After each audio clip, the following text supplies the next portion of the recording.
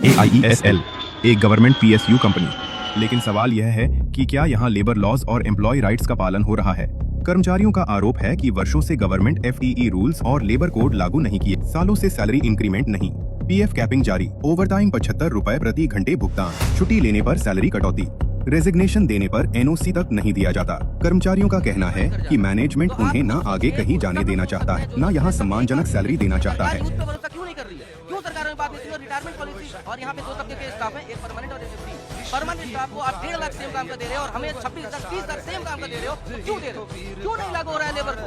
क्यों नहीं किया जा रहा है यूथ पे भरोसा? क्यों यूथ को लाभ मारा जा रहा है और बुजुर्ग लोगों से काम कराया जा रहा है? क्या एयरक्राफ्ट में इंसिडेंट नहीं हो सकती है? क्या ये करप्शन क्यों किया जा रहा है? सबसे बड़ा सवाल, क्या सेम वर्क और सेम पोस्ट पर इक्वल पे मिल रहा है, जबकि सेम टेक्निकल वर्क करने वाले FTE कर्मचारियों को उसका आधा भी नहीं मिलता। AIESL में CEO, CMD और CHRO जैसे बड़े पदों पर रिटायर्ड अधिकारी बैठे हैं।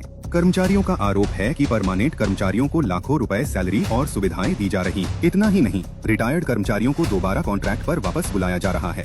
लेकिन एयरक्राफ्ट मेंटेनेंस और सेफ्टी का पूरा वर्कलोड FTE टेक्नीशियंस और इंजीनियर्स के ऊपर। और सबसे गंभीर आरोप, कम लागत बचाने के लिए नॉन स्किल्ड और अनऑथोराइज्ड लोगों से भी टेक्निकल काम करवाया जा रहा है। क्या एविएशन सेफ्टी के साथ ऐसा समझौता सही है? एयरक्राफ्ट मेंटेनेंस कोई साधारण काम नहीं है, यह हजारों पैसेंजर्स की जिंदगी से जुड़ा हुआ काम है। एयरक्राफ्ट है टेक ऑफ और लैंडिंग कर रहा है, क्या नौसिखिए लोग जो हैं उनके हाथ में हजारों लाखों जिंदगी दे दी गई है? ये जी न्यूज सवाल उठा रहा है और जिम्मेदार लोगों को जवाब देना होगा। याद रखिए, एयरक्राफ्ट बिना सर्टिफाइड टेक्नीशियन और इंजीनियर इंस्पेक्शन साइन के उड़ नहीं सकते। फिर भी वही कर्मचारी आज सबसे ज्यादा शोषण झेल रहे हैं।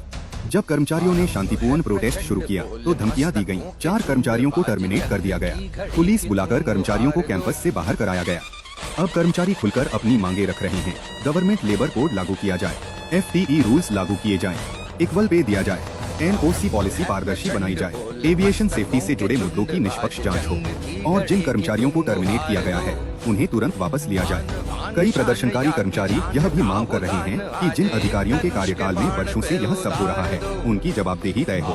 प्रदर्शन कर रहे कर्मचारियों के बीच CEO, CMD और CHRO को पद से हटाने की मांग भी तेज होती जा रही है। कर्मचारियों का कहना है, हम भीख नहीं मांग रहे, हम अपना अधिकार मांग रहे हैं। इक्वल वर्क का इक्वल पे चाहिए, शोषण बंद होना चाहिए, एविएशन सेफ्टी के साथ समझौता बंद होना चाहिए।